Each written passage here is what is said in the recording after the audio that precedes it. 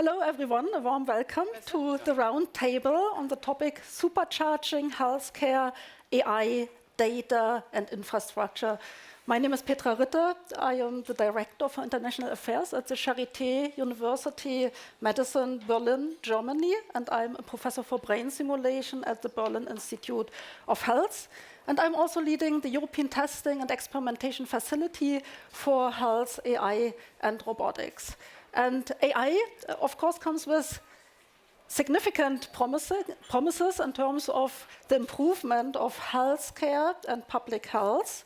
And also very promising developments can be seen on the European scale, for example, where we have now the AI gigafactories, huge supercomputing centers dedicated to AI.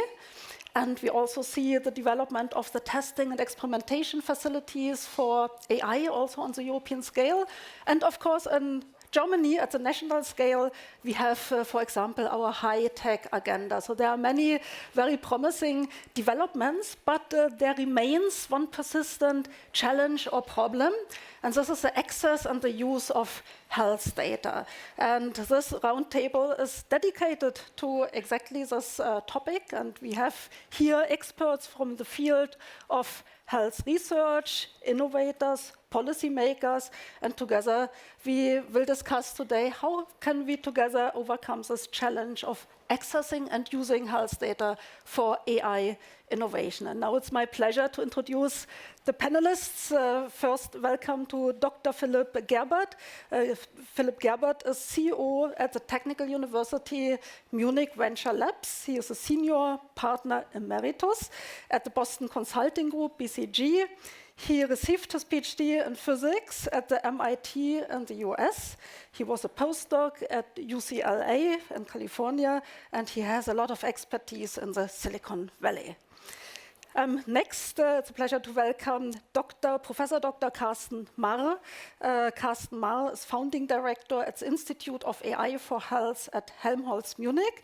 After studying theoretical physics, he transitioned to theoretical biology.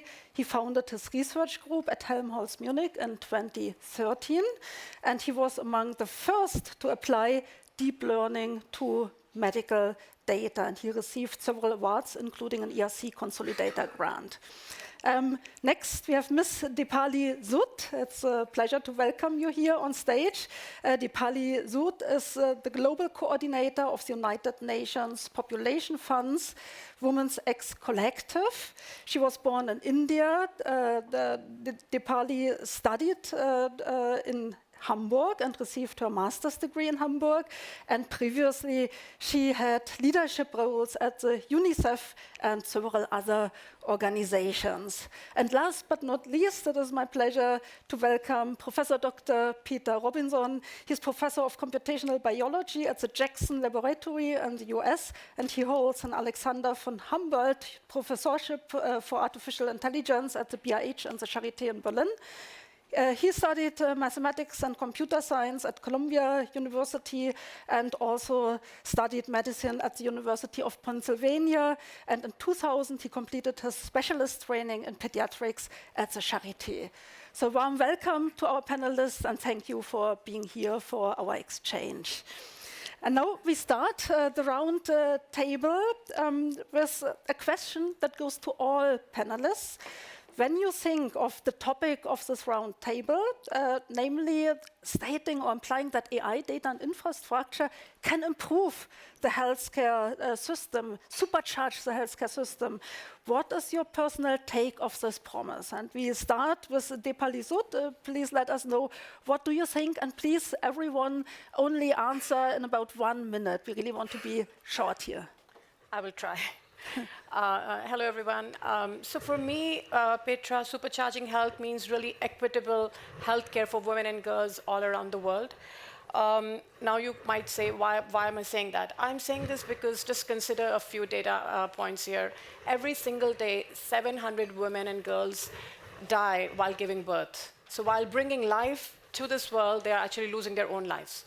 Cervical cancer and breast cancer are the two leading causes of death for women around the world, specifically in the developing part of the world. So, at the same time, we would sit here in Berlin in this really nice venue, and we would talk about all the wins that we have made in sciences, in research. However, these are not reaching the women and girls all around the world. So therefore, equitable healthcare is absolutely key.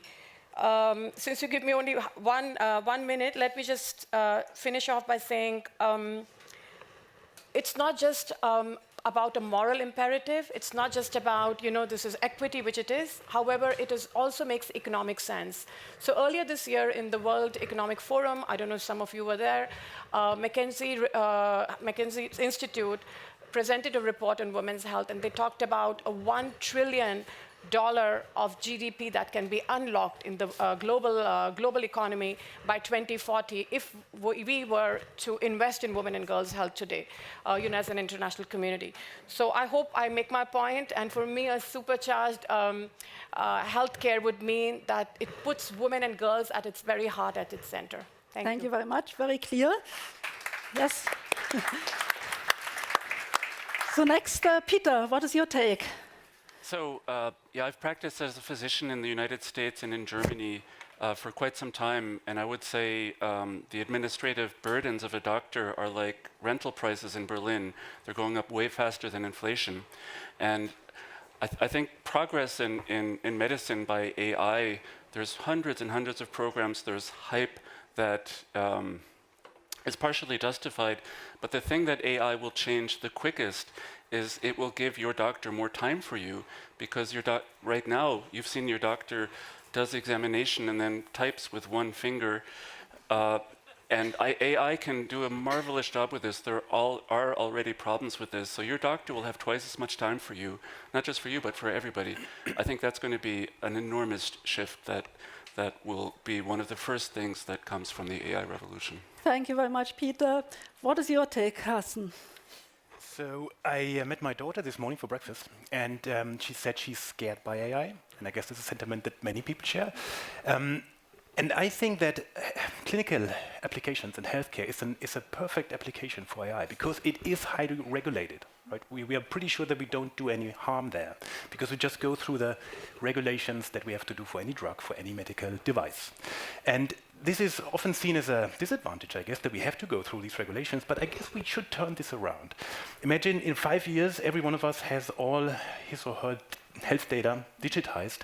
We're going to use tools that analyze the data and predict our risk for disease, or interpret medical letters. I would strongly assume that people go for an app that comes from a space like the European Union, where we have strong regulation, where data is secure, and there's a trustworthy party behind that. So I guess we should try to turn that around and use it to our advantage. Thank you very much, Carsten. Very clear message. Philip, what is your take?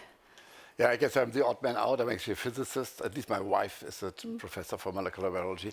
And I run the venture lab, so I'm totally focused on how can startups in digital health, medtech, and biotech succeed globally, right?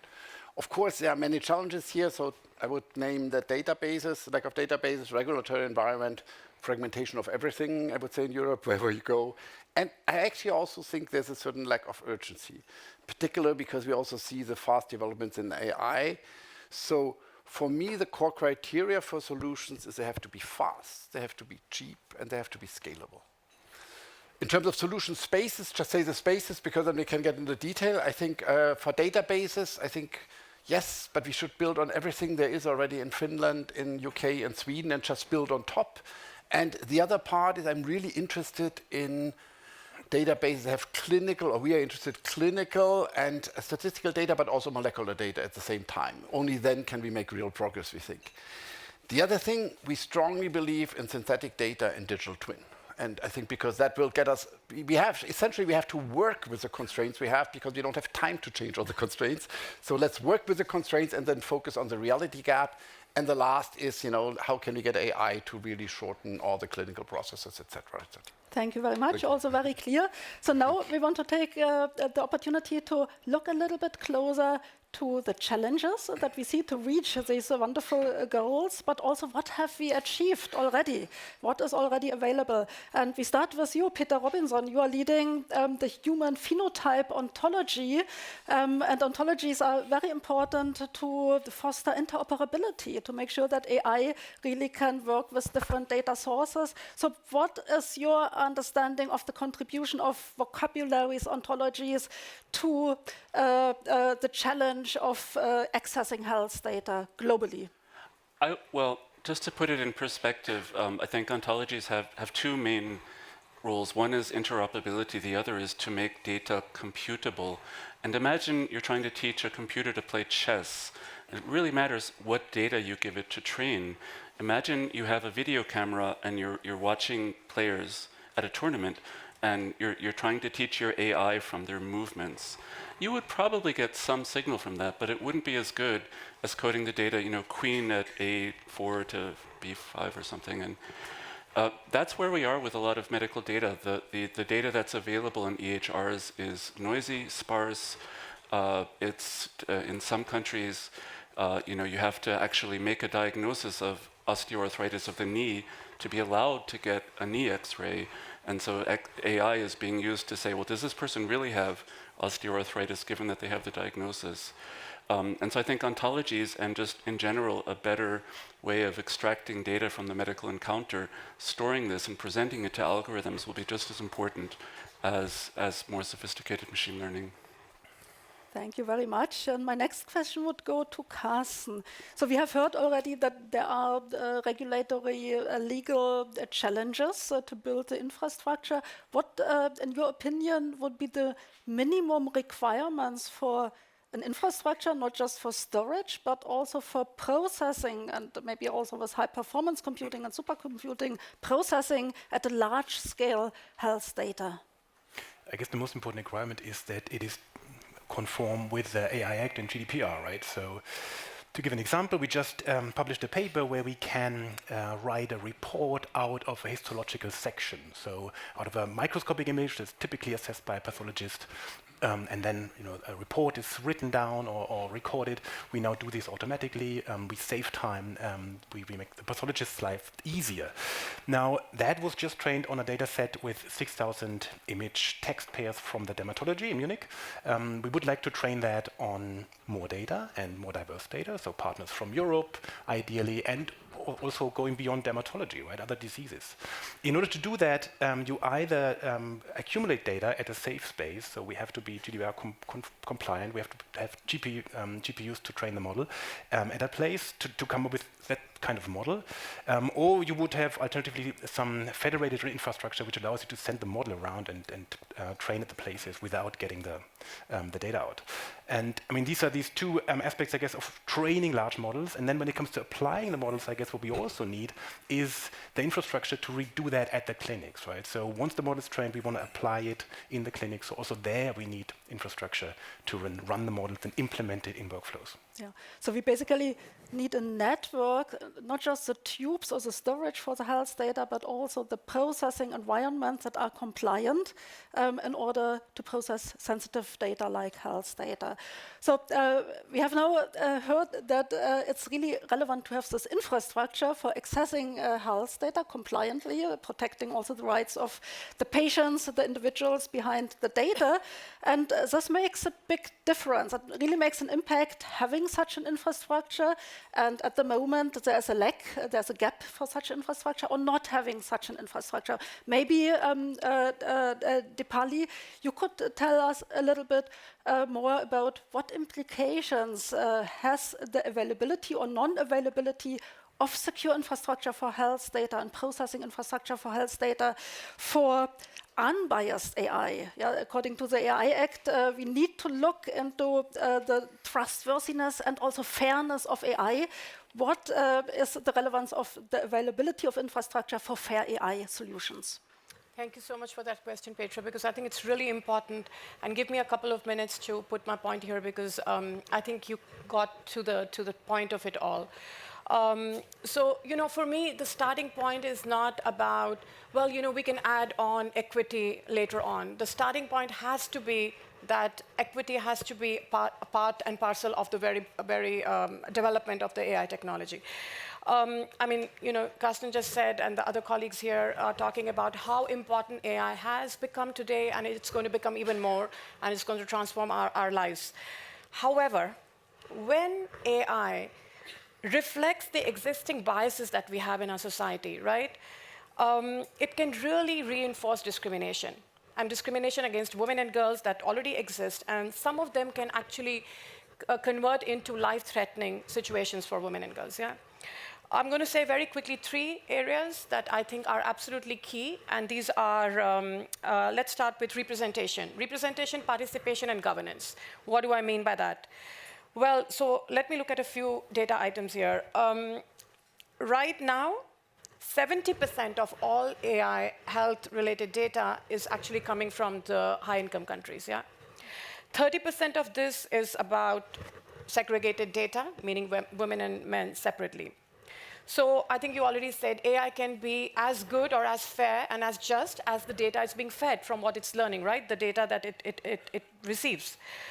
So in this case, with the 70% coming from a part of the world, 30% only disaggregated, I think it would not be wrong to say, or maybe it's a bit provocative, but the algorithms are actually spitting out, and they're learning from male data set in order to make decisions about female health. So you can imagine where that goes. So, and studies have shown that this is potential of misdiagnosis, delayed diagnosis, because some of these things are absolutely passing the suboptimal treatments, and some studies are showing up to 80% of errors. So then, what do we do then? So we need to mitigate this gender bias that exists, right? And therefore, it's absolutely important that the AI systems have data which is diverse, and Carsten, you said that already. It's diverse, it's coming from different parts of the world. It has both men and women also coming from different parts of the world and not just one. Second is participation. And what do I mean here? Participation, right now, about 25% of AI specialists globally, even here in Germany, are women, okay? So, well, it's not, I think it's fair to say that women are very underrepresented when it comes to AI technology, and especially in the leadership roles. And there is a double whammy when you go to the developing countries, because even in accessing digital technology, even, forget even about AI, just to be online, there are 37% women are online today compared to 51% men in, let's say, low and middle income countries.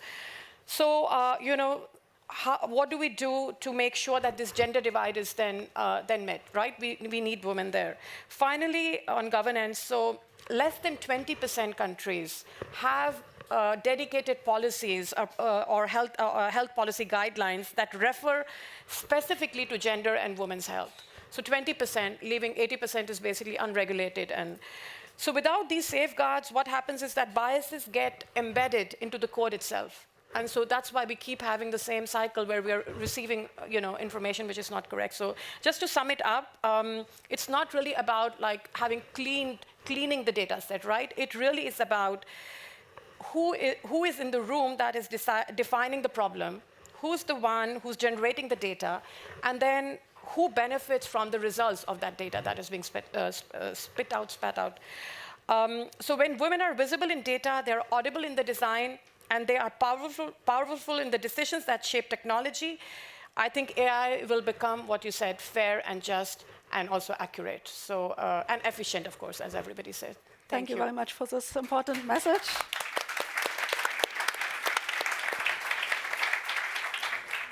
And next, I would like to ask you, Philip, in your role as a CEO of the Venture Labs, you are working with startups, SMEs, companies in general. So from an innovator's point of view, how important is it for, in particular, startups and SMEs, and maybe also how difficult is it for them to access health data for developing and also validating their technologies?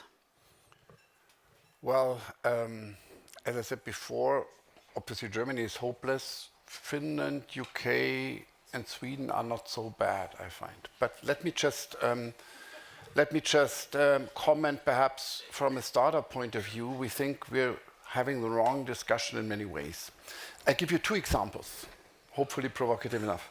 One is 10 years ago, when you had self-driving cars, the German automotive makers got together and said, look, this Uber, they're driving so many miles, they're collecting so many data. We have to get together because we don't have enough data.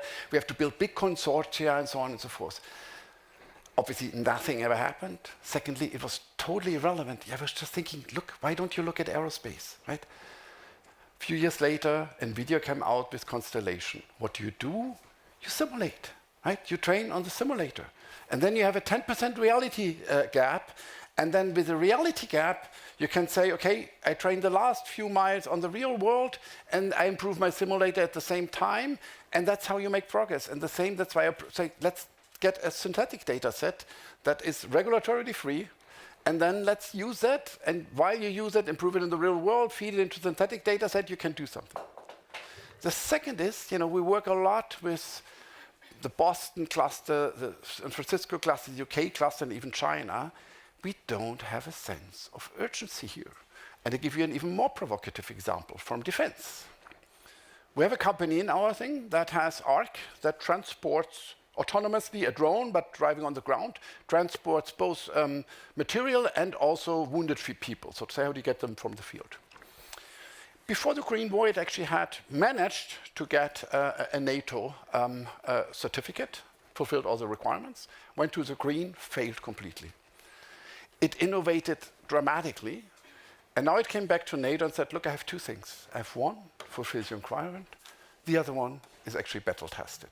What do you want? Right? And that's why I say you feel the sense of urgency. Apologies for the provocative term, but I say to startups, look for Ukraine. Right?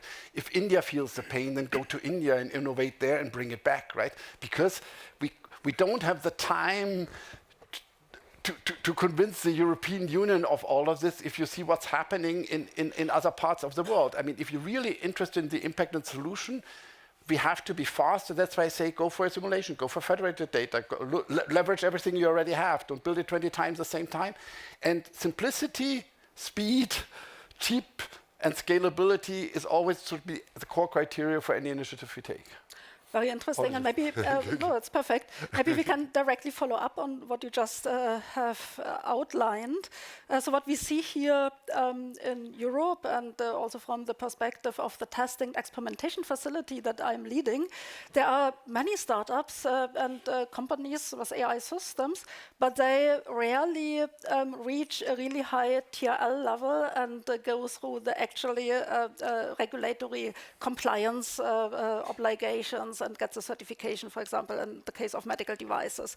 So how would you suggest in Germany and Europe, also not moving elsewhere, to close that gap between the great AI innovations in terms of research and the access to the market of these innovations? So obviously they never reach the market. And how could we change it here in Germany and Europe? Okay, perhaps a few things. Them never reaching the market in Europe has several reasons. One of them is funding, which is quite critical and so on. But I'll give you perhaps two answers. First of all, because you asked before, currently in none of our startups, compute is a big constraint. Compute is a lot of constraints in lots of other things, but here even we have people from the Baker Lab, and they say, frankly, with a 100K cluster, you're in business if you have access to things and so on. So data is a critical constraint, compute is not. Now for this, we now have a huge discussion. We have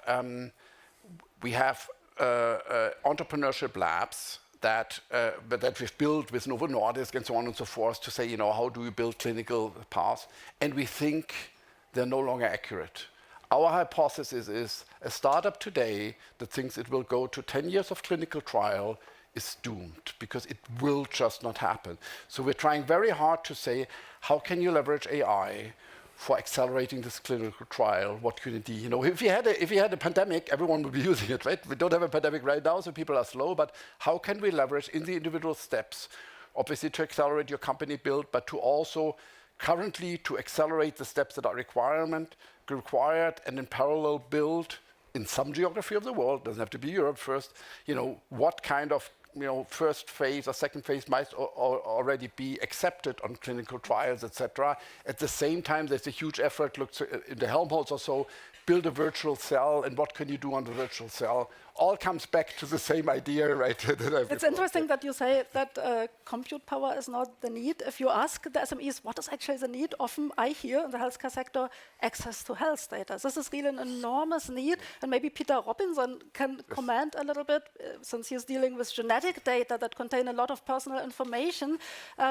What is needed in order to provide to the researchers, the academic researchers, but also the companies, industry, access to such sensitive health data? Well, that's a very complicated question for 1 minute. I would say that we actually do have enough access to data like that. Just not everybody has access from all places, but there are, for instance, you can get access to the data at all of us, 1 million genomes, etc. So I don't actually disagree that data access is a problem for purely genetic data.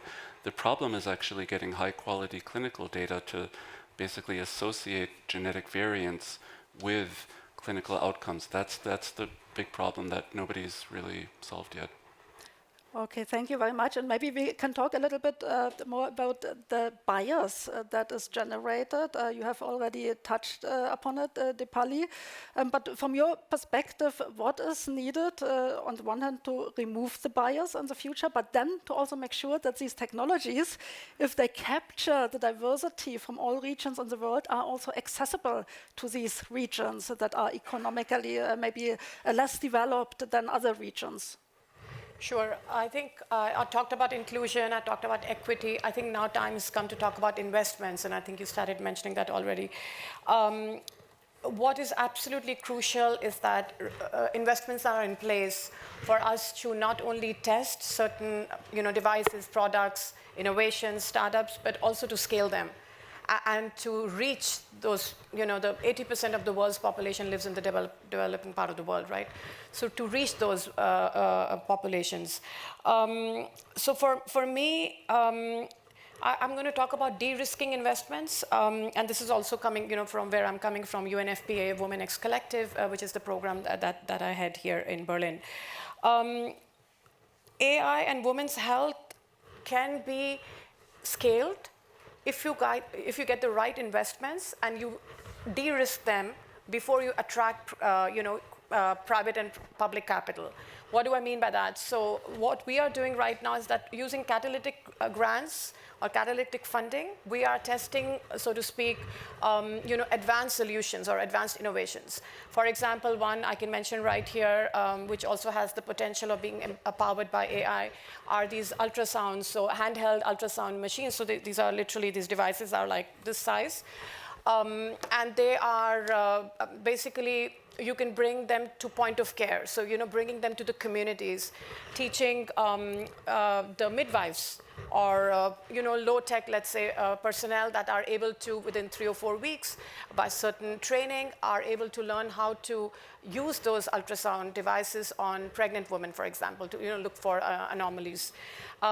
Once they are AI-powered, that is when, magic happens, because you can really scale it up very quickly, in very many parts of the world, and then the problem remains to be solved is, of course, investments. So what we are trying to do right now in Zambia, Kenya, and other countries is to make a case for support, and we would love to share that with the public, so it'll be public good, no matter what evidence we generate, right, successful or any errors, and then crowd in both the private sector, so here I mean the pharma companies, some of them manufacturing those devices, healthcare providers, health insurance companies, as well as the public sector. So, the governments of these countries I'm mentioning, but also multilateral development banks, financial institutions, to come and actually crowd in the financing required to scale up these devices, and so that it can reach as many women and girls as it can. Very interesting. So the Berlin Institute of Health, the organization I am working for, is developing with many partners, Helmholtz, Munich, for example, supercomputing for health data. And the goal is to really enable many different sites to work together on different data sets coming from different data sources that are interoperable, and having also the compute power, not just for academic research, but also for innovators in order to run the deep learning, for example, algorithms that you are using for your kind of biomedical research. The initiative that has been started by the Berlin Institute of Health under the leadership of Christopher Baum is called Medicore, and that's very exciting. It's a collaboration between private and public players, and is considered highly relevant. But what are the success factors that would guarantee that such an initiative, that of course costs a lot of money, but in my opinion is very important, really has the impact that it should have? Maybe, Carsten, you can say a few words on that. In order to train these models, we need the data from clinics and health providers and labs, right? So we have to get access to that. And for that, I guess we need homogeneous framework of regulation that is stable, right, and is interpreted in the same way across the EU, Germany, and all the stakeholders in there. Thank you very much. This was concise and actually a perfect timing for starting our question and answer session. We now have 10 minutes for questions from the audience, and we are very happy to respond to these questions. Please also let us know whom you are asking, and then we can directly direct the question to the panelist. Please. Yeah, so thank you so much for the informative session. But I do have a question for all of you, and I have a specific question for you as well. So the true bottleneck of healthcare AI isn't the models, it's the interoperability and the real world deployment. So if you had the authority to kind of restructure AI in healthcare from the ground up, what was the one structural change that would, mostly accelerate safe clinical adoption of AI globally, and what is stopping you from doing it? And my second question is for Ms. Dipali, is women are underrepresented in research, and I recently presented my lab pitch day before yesterday on breaking the wall of hidden heart damage in women. And so I need to know what steps that we can take, and as you said, you're in United Nations. What is stopping United Nations, because they have funding? Why can't we just make something? Why are we depending on startups to kind of have innovative solutions when we can directly implement and have, help the women? Because mostly it's from high income societies, but actually the problem is faced from low income people. So what can we do to empower women to find, get data from them and help them actually? So this is my question. Thank you for the two questions. Maybe we start directly with the second one, and Dipali, and then go to the first one. Sure. Honestly, right now I think everybody knows UN is a little bit under fire. If you're reading newspapers, you know that.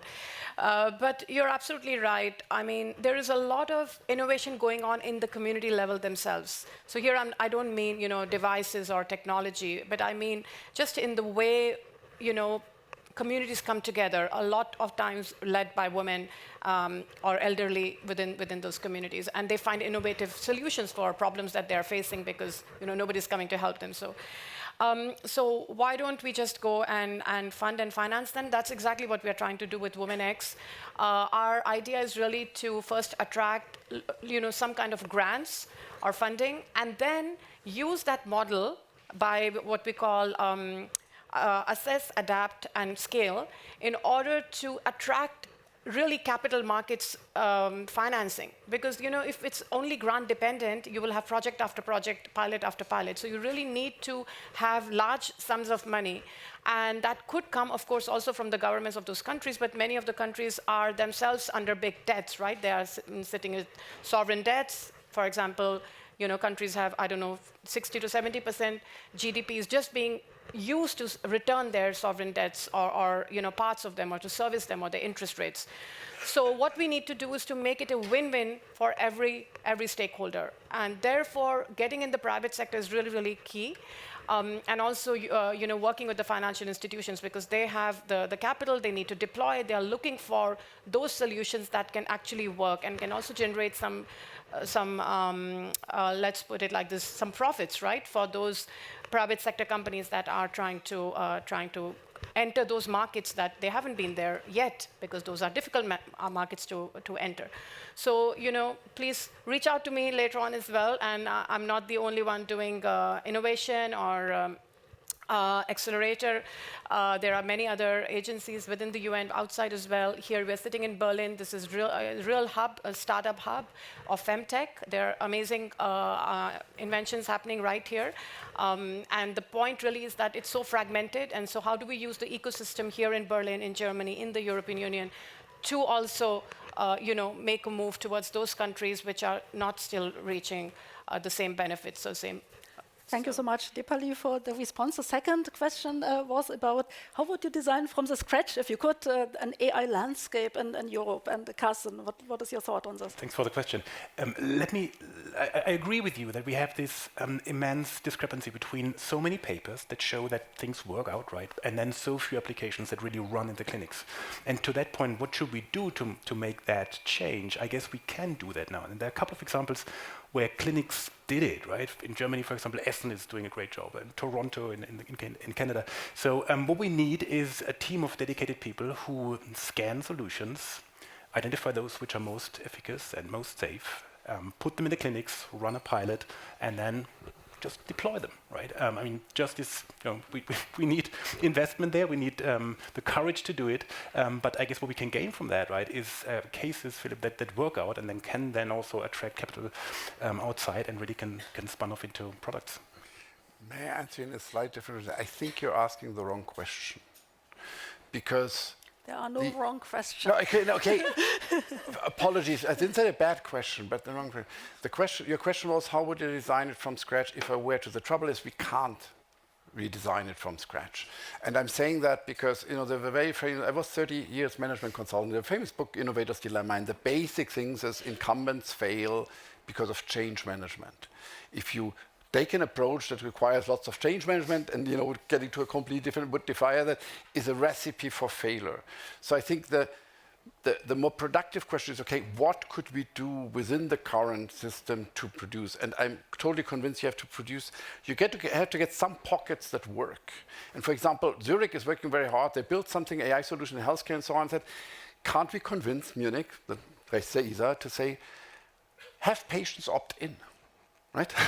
So there's this whole thing, have patients opt in, I want to do it, right? If you can show somewhere that it works better, then you have to create a dynamics for good solutions to scale within all the constraints we have today, because otherwise you drown in change management. Apologies for the good wrong news is we have now, since January, the European Health Data Space in Europe in force. It is not applicable, it will be implemented, but this means we don't need the opt-in anymore.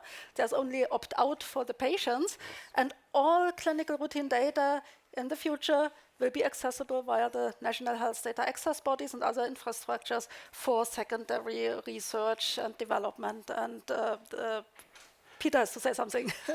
I want to say, sorry, but the premise of your question is questionable.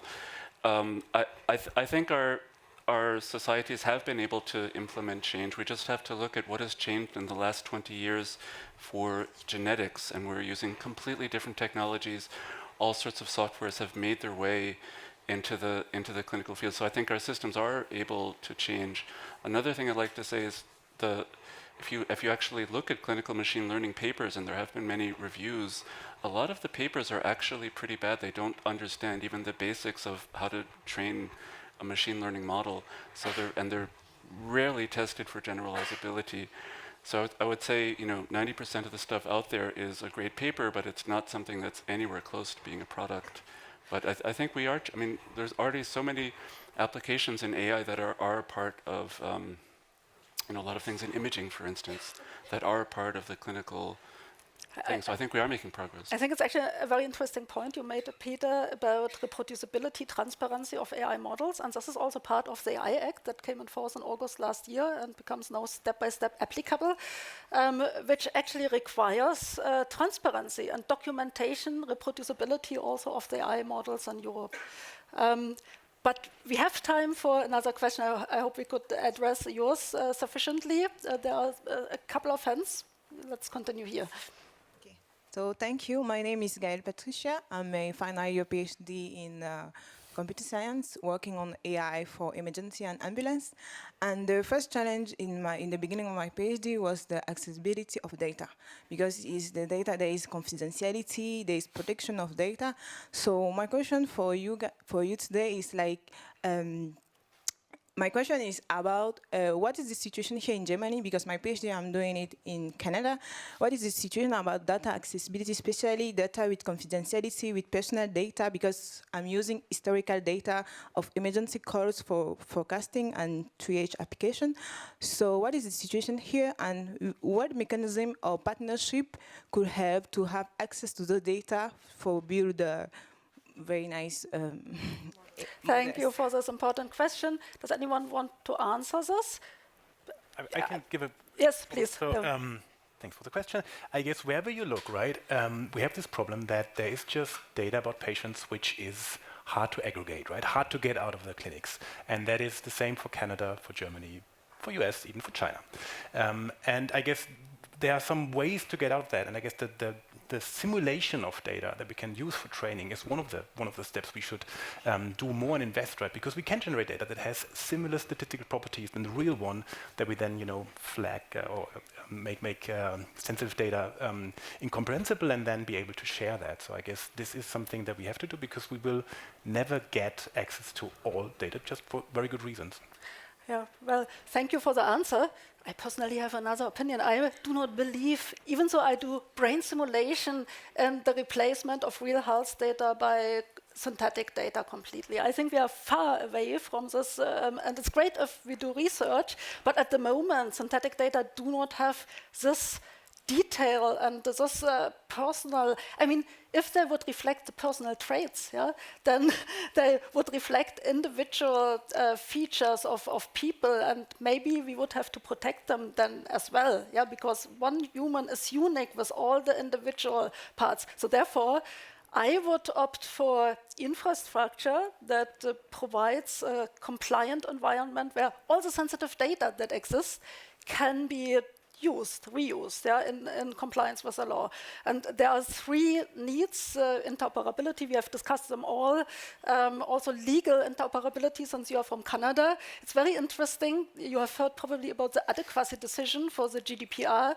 It's actually only applicable to companies in Canada, but not to the academic sector. Yeah? And we need to have also legal interoperability, and of course semantic interoperability and infrastructure interoperability. And collaborating and working on this is ongoing, and we have to continue this path, in my view. Yeah? Thanks for the great question. There was another hand, please. Hello, everyone. I'm Omnea Atalla, Professor of Biomedical Signal Processing and AI in Medicine and Healthcare. I'm actually coming from the other side of the world, from Egypt, which is a developing country. I'm actually working in the field of AI in healthcare, and we're trying to use the models available, but we're facing some challenges, like we're facing bias, of course, and we're trying to retrain large language models available. But actually we are facing difficulties in not all of them are accessible in the Middle East, for example, and even the ones that are accessible are very expensive for us to use them. We're trying to train the large language model with our own data. As you said, they are biased with data from Europe, China, and America, and US, which are not considering our culture, beliefs, and values. So we are collecting data for mental health support, and we're collaborating with psychiatrists and to collect our data, but we're not able to have enough fund to use the models, which are very expensive for us to use. Are there efforts from your side to be able to use these models in the developing countries, and what we can do to be able to use models which are not accessible? Thank you. Who wants to answer? Would you like to address I can start, and then maybe you can. I think you're right. Affordability is a very big part of everything that we are doing right now, because there are quite some technology out there when it comes to women's health. However, translating it from, let's say, from Germany to Egypt or another part of the world, the pricing issue is very, very important. So when I was talking about the small devices, the ultrasound devices I was talking about, so obviously they're from $4,000 or $5,000 compared to these big machines that we have in the 100,000 euros sitting in the big hospitals. So that is the innovation, to actually create smaller machines that are smaller devices that are able to help as much, maybe not as good as a mammography or as good as but still to a certain extent that they are able to. And what we are trying to do right now with that example is that could the current POCUS, the point-of-care ultrasound devices, could that be repurposed or multi-purpose to also look for breast cancer, for example, with another probe and with other kinds of training? It's much more complicated, rather than having women to wait to go to the big hospitals or the towns to do the mammographies or the ultrasound. So the idea, it really is innovation. How are you going to bring these products to as close as possible to the last mile? That's what we are trying to do. And affordability is definitely a problem, and that's why we work also with the private sector, with the pharma industry, trying to create a win-win whereby they can work in different markets that they are typically not their markets, but to opening up access to different kinds of audiences at the same time, negotiating what we call affordable prices. And UNFPA, as other UN agencies, we are able to do what we call we're able to negotiate by volume guarantees. We're able to negotiate certain pricing for the South, for the global South. Other agencies do the same for different kinds of products because they're actually making big orders so that the pharma industry is able to produce it at a rate which is more fair and just for the rest of the world. But we should also talk, because I'm very excited to hear your work in Egypt, and as you said, the AI has to have the data which is ethical and credible and equitable for those people that it's trying to serve. May I just, sorry, my wife's Egyptian, I ought myself, so I really feel your pain, but I would be very optimistic. I mean, just take the public market, right? OpenAI, for the same performance, came down 98% in costs in 2 years. DeepSeek was even better and was open source. On the price digression of the core, so to say, compute power and Bayesian model, I would be very, very optimistic. Doesn't solve the database and some specialized model, but I think to say history is on your side, right? And maybe I can add to that, Peter. I mean, I guess it's a great suggestion, right? Yeah. To say once we have such an infrastructure set up in Europe, to provide compute also to low and middle income countries to train their models on that infrastructure as well. Maybe it's another thing I have to mention, that the infrastructure still in Egypt is not well built to be used in all hospitals. Maybe private hospitals are well structured, but the public hospitals, which are not well built to accept technology and to use these technologies in them. So this is another challenge we are facing. We're trying, of course, digital transformation has recently been applied in Egypt, and we are working hard. And by the way, I have a project that also trying to build a tool that uses AI for breast cancer. To be more affordable for patients in rural and low resources areas, which depends on AI and also imaging techniques. We're trying to do though, but still we're facing lack of funds, lack of technology. So we are in a battle. Thank you for this fantastic exchange, which is very important. We see the lights are turning on again. This means we are approaching the end of the session. And I would like to take the opportunity at the end, before closing, to ask each of the panelists one final question. Please answer in 1 word or 3, but really very shortly. So the question is, what is the next step or key topic we shall address to break down the wall, according to the title of this conference, to empower AI in healthcare? And we start with you, Philip, please. As I said, simulation and, so to say, cheap, fast data lakes. Okay, this was not 3 words, but almost. Thank you. Carsten? I think we sense the urgency in the health system, right? So I guess what we have to do is take algorithms that work, deploy them in the clinics, figure out what really helps us, and then split it off. Thank you very much, Carsten. And the next is Depali, please. So your question is, what are the next walls we are going to fall? Exactly. Well, this divide, right? This divide between North and South and men and women. So let's just come together. We are one international community. Thank you very much. And last but not least, Peter, please. I would improve the way we extract data from medical encounters by improving electronic health record systems and other applications in the hospital. Thank you so much for this wonderful exchange that we had. I hope everyone was enjoying it. So summarizing very quickly, there are still barriers, but we are also developing in the right direction, I would say. There are also achievements that we have to collectively, as an ecosystem between private sector and public sector, collaborate in order to make sure that the great innovations are distributed fairly in the world and go to the market to benefit patients very soon. So thanks so much to the panelists and to the audience for the great discussion. And thank you.